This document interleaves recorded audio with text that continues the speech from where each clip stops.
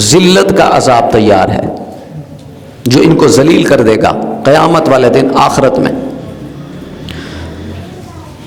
اس آیت کا شان نزول یہ ہے کہ جب حضور علیہ السلام صحابہ کو بلاتے، آؤ قرآن سنو، اللہ کی باتیں سنو، اللہ کا پیغام سنو، جن چیزوں کو اللہ نے حرام کیا ہے اس سے رک جاؤ، تو صحابہ آتے۔ تو نضر بن حارث ایک کافر تھا، اس نے مسلمانوں کو دیکھا کہ یہ تو جاتے ہیں اور درس سنتے ہیں قرآن کا، قرآن کی بات سنتے ہیں، تو ان کو میں کیسے راہ راست سے ہٹاؤں؟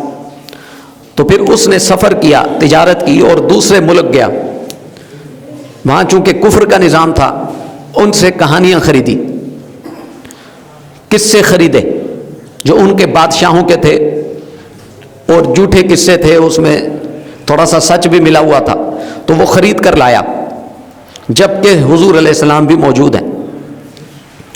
اور پھر وہ جب صحابہ کرام قرآن پاک سن کر واپس آتے تو یہ ان کو بلاتا اور کہتا کہ تمہیں تمہارے نبی پاک صلی اللہ تعالی علیہ وسلم قرآن پاک سے وہ قصے سناتے ہیں جو پچھلی قوموں کے ہیں، عاد اور سمود کے، اور میں تمہیں جو قصے سناتا ہوں یہ موجودہ بادشاہوں کے ہیں، ایران کے ہیں، فارس کے، رستم کے میں تمہیں قصے سناتا ہوں، یہ کہانیاں ہیں۔ تو ان میں سے کچھ لوگ اس کی کہانیاں سن کر راہ راست چھوڑ گئے، اس کے پاس ہی بیٹھنے لگ گئے۔ اس نے ایک کام کیا ہوا تھا کہ وہ بازار سے عورتیں خرید کر لاتا تھا اور ادھر کہانیاں سناتا، ادھر عورتیں ان سے باتیں کرتی۔ تو بے پردہ عورتوں کو دیکھ کر کچھ عرب نوجوان اس کی طرف چھوڑ گئے اور انہوں نے قرآن کا درس چھوڑ دیا۔ اس پر اللہ تعالیٰ نے اس آیت کو نازل فرمایا کہ جو لوگ اس لیے کھیل اور کھیل کود کا سامان کہانیاں لاتے ہیں کہ مسلمانوں کو ان کی عبادت سے روک دیں اور اللہ کے دین سے، قرآن سے دور کر دیں، تو اللہ نے ان کے لیے دردناک عذاب تیار کیا ہوا۔ یہ ہمیشہ سے کفار کا مقصد رہا ہے، حضور کی موجودگی میں یہ کام اتنا خطرناک ہے کہ آپ جب کسی اور کی کہانیاں سنیں گے تو آپ کے دل میں فتنہ پیدا ہوگا۔ ہماری جو فطرت ہے، یہ جو فطرت ہے، میں نے پہلے عرض کیا ہوا ہے کہ یہ 2-3 جمعے جو ہے نا، یہ صرف آپ سے باتیں ہوں گی بس سمجھانے والی، پھر انشاءاللہ ہم حضرت ابو بکر صدیق کی شان بیان کریں گے انداز خطابت میں۔ لیکن یہ بڑی اہم باتیں ہیں، چونکہ اگر تقوی اور پرہیزگاری پیدا کرنا ہے تو پھر ان باتوں کو سننا پڑتا ہے۔ باقی چیزیں تو ہم جوشیلے خطابات محفلوں میں سنتے رہتے ہیں۔ تو یہ 2-3 جمعے اگر آپ نے توجہ کی تو دل میں انشاءاللہ اللہ تعالیٰ کا نور پیدا ہوگا۔ پرہیز کی ہمت تبھی پیدا ہوتی ہے جب سامنے والی بری شے کے بارے میں علم ہو جائے۔ تو ہمیشہ سے کفار کا ایک مقصد ہے کہ ان کو قرآن سے، عبادت سے دور کیا جائے۔ تو حضور علیہ السلام کی موجودگی میں وہ قصے اور کہانیاں خرید کر لایا، نضر بن حارث، اور کچھ لوگ جو حضور کی طرف آ چکے تھے انہوں نے راہ راست چھوڑ دی، کہانیوں میں پڑ گئے۔ تو اس دور میں یہ فتنہ کتنا خطرناک ہوگا۔ یہ جو ڈرامے بنتے ہیں، یہ جو فلمیں بنتی ہیں، ہماری ایک فطرت ہے کہ ہمیں جو چیز سنائی جائے نا وہ بھلے جھوٹ ہو۔ ایک جھوٹا شخص ہے، ایک بھی سچ نہیں بولتا، آپ اس کے ساتھ 1 گھنٹہ بیٹھ جائیں، آپ کی فطرت ایسی ہے کہ آپ یقین کر لیں گے کہ ہو سکتا ہے سچ کہہ رہا ہو، حالانکہ اس نے ایک بھی سچ نہیں بولا۔ وہ خواہ مخواہ ایک شخص کے بارے پر الزام لگاتا رہا جو اس میں ایک بھی نہیں پایا جاتا، لیکن ایک فطرت ہے ہماری، ہم یقین کر لیں گے۔ حضور نے فرمایا المؤمن غر کریم، مومن سیدھا سادہ بھولا بالا ہوتا ہے، اسے کوئی کچھ بھی کہہ دے وہ بیچارہ کچھ سمجھ ہی جاتا ہے کہ ہو سکتا ہے ایسا ہی ہو۔ تو کفار جب کوئی ڈرامہ، یہ جو چینلز بنائے گئے، یہ اخبارات میں کہانیاں اور یہ ڈرامے لکھنا اور پھر ان کو عزت کا مقام دے دینا، یہ ایک بھی بغیر پلاننگ کے نہیں ہوتا۔ آپ لاکھ کہیں کہ اس میں سبق ہے، اس میں ہم اس لیے دیکھتے ہیں یا اس لیے دیکھتے ہیں، یہ صرف اس لیے ہے کہ تیری عبادت ختم ہو جائے۔ کوئی شخص جو ڈرامہ دیکھتا ہے یا فلم دیکھتا ہے یا میچ دیکھتا ہے، اس دوران اگر نماز کا وقت آ جائے تو آپ بہتر سمجھتے ہیں کہ اس وقت نماز کی حالت کیا ہوتی ہے۔ عبادت کا وقت آ جائے، اس وقت بھلے بندہ کوئی ڈرامہ دیکھ رہا ہے یا میچ دیکھ رہا ہے یا فلم دیکھ رہا ہے، اب اس کو چھوڑ کے جانا ہے مسجد، اس وقت وہ کیا نماز پڑھتا ہے یہ مجھ سے بہتر آپ سمجھتے ہیں، کیونکہ اس کو پھر جا کر دیکھنا ہے، اللہ کی ناراضگی پھر لینی ہے۔ اس صورت میں وہ کیا دعا مانگے گا اور کیا اس نے نماز پڑھنی ہے، جبکہ اس نے پھر جا کے وہی گھر میں کام کرنا ہے۔ سو یہ مقصد ہے کفار کا۔ اور رب ذوالجلال نے فرمایا یہ جو چیزیں تیار کرتے ہیں، ڈرامے لکھنے والا، اس کو بنانے والا، ڈائریکٹ کرنے والا، موسیقار، اس میں میوزک دینے والا، گانے لکھنے والا، گانے والا، سب پر اللہ کی لعنت ہے، سب کے لیے اللہ نے دردناک عذاب بنایا ہوا ہے۔ جو دیکھ رہے ہیں وہ تو معافی ہے، یعنی جو گانا لکھ رہا ہے اس پر لعنت، اور جو سن رہا ہے اس کے بارے میں جو حضور علیہ السلام نے بیان فرمایا، چند احادیثیں میں نے نکالی ہیں جو آپ کو سنانی ہے، توجہ ہے جناب کی۔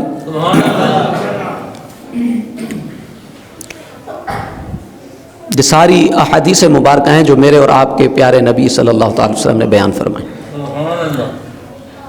جس محبوب نے فرمایا کہ میں تمہاری شفاعت کروں گا، یہ انہی کے فرامین ہیں جو میں نے آپ کو سنانا ہے۔ ایک قرآن کی آیت سنائی ہے میں نے۔ جب ڈرامہ چل رہا ہو اس وقت بندہ اس کو چھوڑ کے مسجد آتا ہے؟ اکثر نہیں آتے، تھوڑی دیر کے لیے آواز کم کر دیں گے، اور اگر کوئی آ بھی گیا زبردستی تو اس کی نماز کیسی ہوتی ہے، اس کی توجہ وہیں لگی ہوتی ہے۔ چونکہ اللہ نے تجھے منع کیا تھا کہ نہ میوزک سننا ہے، نہ کوئی ڈرامے کی بات سننی ہے، تجھے قصہ پڑھنا ہے تو قرآن کا پڑھنا ہے، حدیث پڑھیں، حدیث کی کتاب رکھ لیں، سیرت کی کتاب گھر میں رکھ لیں۔ آج دور جدید ہے، موبائل ہر کے پاس ہے، بیان سنیں، قسط وار بیان سنیں، سیرت سنیں، نعت سنیں، قرآن پاک کی تلاوت ترجمے کے ساتھ لگا لیں۔ جب تک ہم خود نہیں بدلیں گے کوئی باہر سے آ کر نہیں بدلے گا، یاد رکھیے گا۔ قرب قیامت ہے اور یہ فتنہ بڑھے گا۔ حضور نے فرمایا کہ قرب قیامت میں ہر جگہ سے فتنہ نکلے گا۔ صحابہ کرام نے عرض کی یا رسول اللہ صلی اللہ علیہ وسلم اس وقت کس کا ایمان بچے گا؟ فرمایا اپنے گھروں کو جنگل بنا لو تو تمہارا ایمان بچ جائے گا۔ اب اس میں مقصد کیا چھپا ہوا تھا؟ گھر کو جنگل کیسے بنائیں؟ فرمایا پرانے دور والی چیزیں لے آؤ، گھر کو جنگل بنا لو، یعنی دور جدید کی وہ چیزیں جو تمہیں گمراہ کر رہی ہیں ان کو چھوڑ دو۔ اب ظاہر ہے اس دور میں جنگل میں تو جانے سے رہے، گھر کو جنگل کیسے بنائیں گے کہ دور جدید کی چیزیں استعمال ضرور کریں لیکن بچوں پر تو کم از کم کنٹرول کریں۔ آپ نے بچوں کو ہی ابھی سے دنیا میں بھیج دیا ہے کہ بیٹا جو جی چاہے تم دیکھ لو۔ چھوٹے بچوں کو، آخر آپ بھی تو بڑے ہوئے ہیں تو کوئی تو ایسا طریقہ ہوگا، اس طریقے کو ڈھونڈنے کی ضرورت ہے کہ بچوں کو کیسے تربیت کریں۔ بچوں کو موبائل کے بغیر سمجھائیں، ان کو ٹائم دیں کہ سچ بولنے کے فائدے یہ ہیں، یہ ادب ہے، میں ایسے ادب کرتا تھا، ایسے ادب کیا جاتا ہے، یہ بڑے ہیں۔ یہ ہم نے سارا کچھ ہی انٹرنیٹ اور موبائل کے اوپر چھوڑا ہوا ہے۔ تو حضور نے فرمایا کہ اس وقت یہ نہیں فرمایا کہ تم کچھ بھی کرو فتنوں میں ہی پڑ جاؤ بخشے جاؤ گے، یہ نہیں فرمایا، بلکہ فرمایا اس وقت بچے گا وہ جو اپنے گھر کو جنگل بنا لے گا۔ تو جنگل بنانے سے مراد ہے کہ پرہیز کریں، جو چیزیں گھر میں موجود ہیں جن پر گانا، فلمیں، ڈرامے، یہ سب چیزیں آتی ہیں، ان سے پرہیز کریں، آپ کا گھر جنگل بن جائے گا۔ جس کی بیماری نہ جاتی ہو مٹی کے برتن استعمال کرے، جس کی بیماری نہ جاتی ہو، تکلیف رہتی ہو، زیتون کا تیل کھائے بھی اور لگائے بھی۔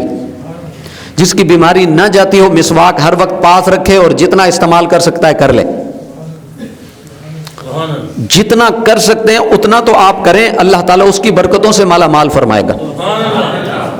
صحابہ کرام کی حالت یہ تھی، مسواک ان کے کان پر لگی رہتی تھی جیسے کارپینٹر کے کان پہ قلم لگا رہتا ہے، پینسل، اور لکھنے والے کے کان پہ قلم لگا رہتا ہے۔ صحابہ کرام ایسے مسواک یہاں پر رکھتے تھے کیونکہ بار بار کرنا ہوتی تھی. جتنی چیزیں کر سکتے ہیں اس کو کریں تاکہ اللہ تعالیٰ آپ کو اپنے محبوب کی سنتوں کی برکتوں سے مالا مال فرمائے. ورنہ حضور نے فرمایا جب میری امت گمراہ ہو جائے گی, میوزک میں پڑے گی, زنا کرے گی, تو ان کو وہ بیماریاں دیکھنی پڑیں گی جو پچھلی امتوں نے نام بھی نہیں سنے ہوں گے.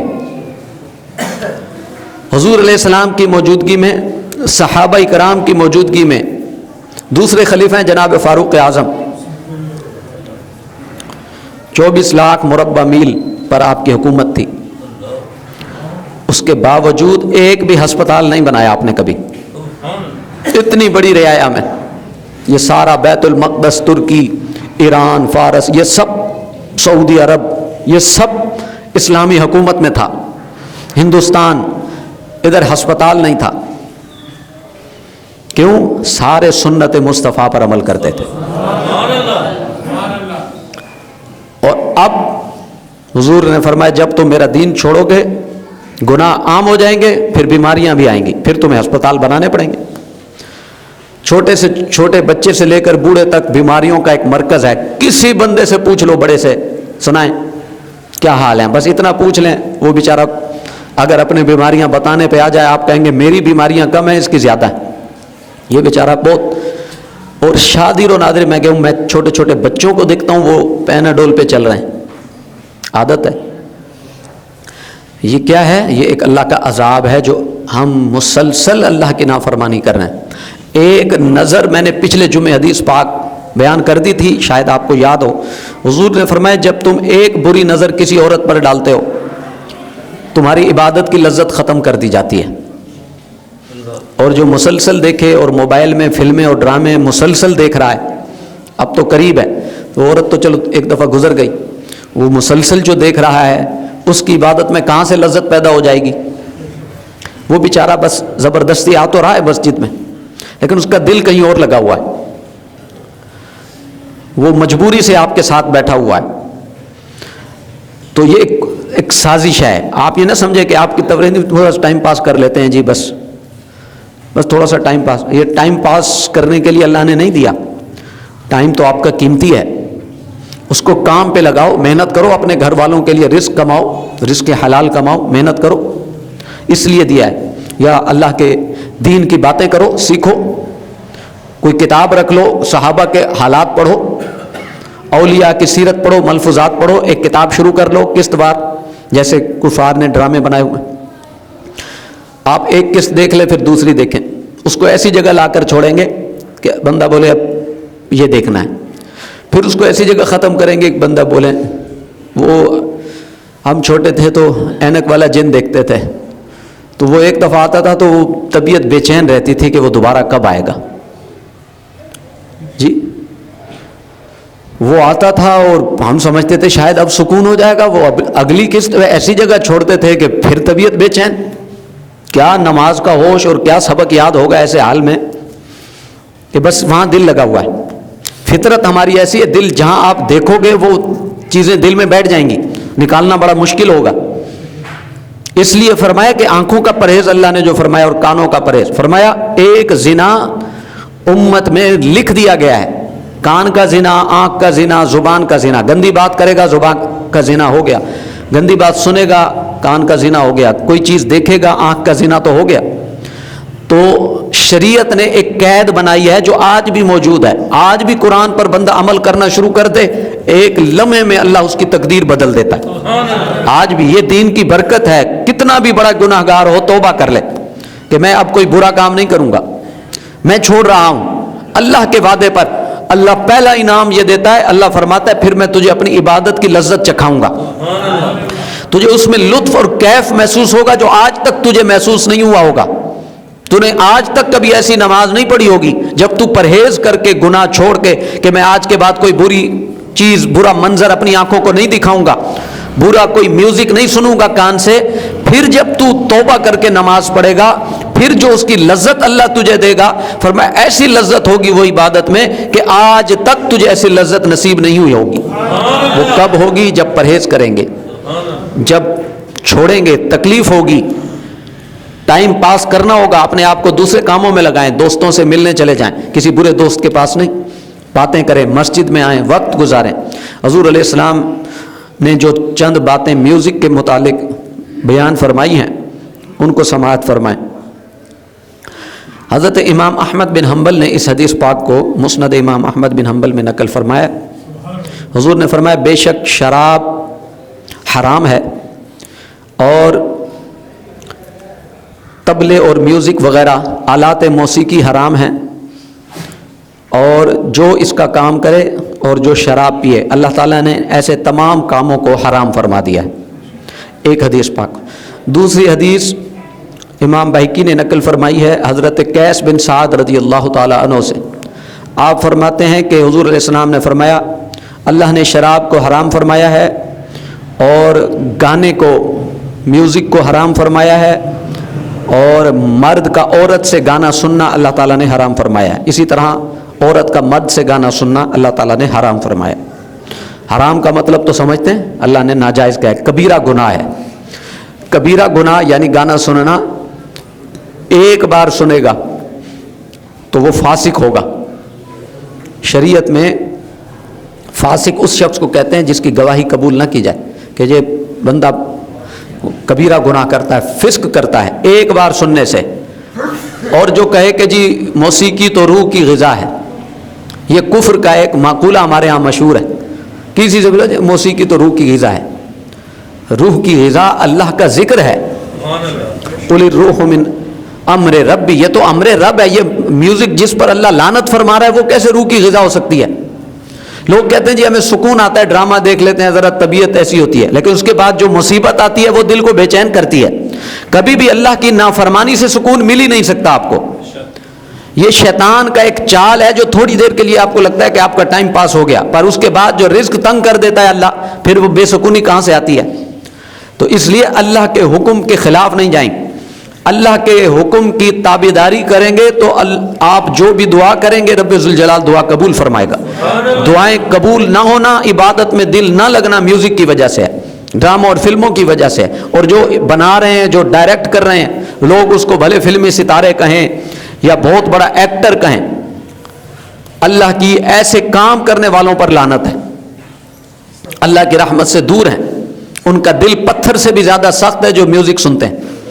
آگے امام سیوطی نے ایک حدیث پاک لکھی۔ حضرت عبداللہ ابن عباس رضی اللہ تعالیٰ عنہ نے فرمایا مجھے آلات موسیقی کو حضور فرما رہے ہیں اللہ نے مجھے کیوں بھیجا؟ فرمایا اللہ نے مجھے آلات موسیقی توڑنے کے لیے بھیجا ہے۔ کس لیے بھیجا ہے؟ میوزک کا جو سامان ہے اس کو میں توڑنے کے لیے بھیجا گیا ہوں، اور آج امت اس کو جوڑنے میں لگی ہوئی ہے۔ سمجھے ہوتے تو کہا ہوتا سنا۔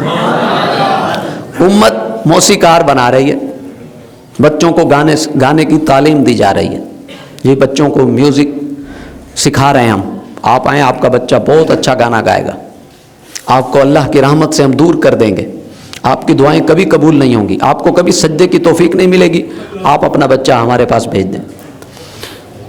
محبوب کا آنے کا مقصد آلات موسیقی کو ختم کرنا، اور موجودہ مسلمان چاہ رہے ہیں کہ کوئی موسیقی کا ہمیں کوئی ادارہ مل جائے، موسیقار آ رہا ہے تو اس کی عزت کر رہے ہیں، یہاں تک کہ فرمایا فاسق بندہ ہو، گناہ اعلانیہ کرتا، اس کو سلام بھی نہ کرو، ایسا نہ سمجھے کہ اس کی کوئی عزت ہے، اس کو ذلیل کرو تاکہ اسے پتہ چلے کہ وہ دین کی دھجیاں اڑا رہا ہے، تو تیری کوئی عزت دین میں نہیں ہے۔ دین میں عزت اسی کی ہوگی جو دین کی عزت کرے گا۔ جو عام بندے، اور یہاں موسیقار، فنکار، ڈائریکٹر، ڈرامے باز جھوٹا، اس کی عزت کی جا رہی ہے، اس کو پیسے دیے جا رہے ہیں، اس کی تصویریں اپنے ساتھ لگوائی جا رہی ہیں، جہاں اس کو سلام کرنے سے بھی منع کیا گیا کہ اس کی عزت مت کرو، ایسا کوئی کام مت کرو جس سے اس کو لگے کہ میری بڑی عزت ہے۔ تو جن چیزوں کو حضور نے فرمایا میں آیا ہی اس لیے ہوں کہ میں ان کو توڑوں گا۔ امت کا ایک فرد کہتا ہے میں کار میں جب تک گانا نہ چلاؤں مجھ سے گاڑی نہیں چلتی، میوزک نہ چلاؤں مجھ سے کوئی کام نہیں ہوتا، کیوں کیسے تجھ سے کام ہو جائے گا؟ تو ہر وقت جو شیطان کی گود میں بیٹھا ہوا ہے۔ اللہ تعالی ہمیں سمجھ عطا فرمائے۔ آگے حدیث پاک میں فرمایا جو ایک گھونٹ شراب پیے گا اللہ تعالیٰ قیامت والے دن جہنمیوں کی جو پیپ نکلے گی زخموں سے عذاب کی صورت میں، اللہ اس کو یہی عذاب دے گا، وہ پی پیتا رہے گا،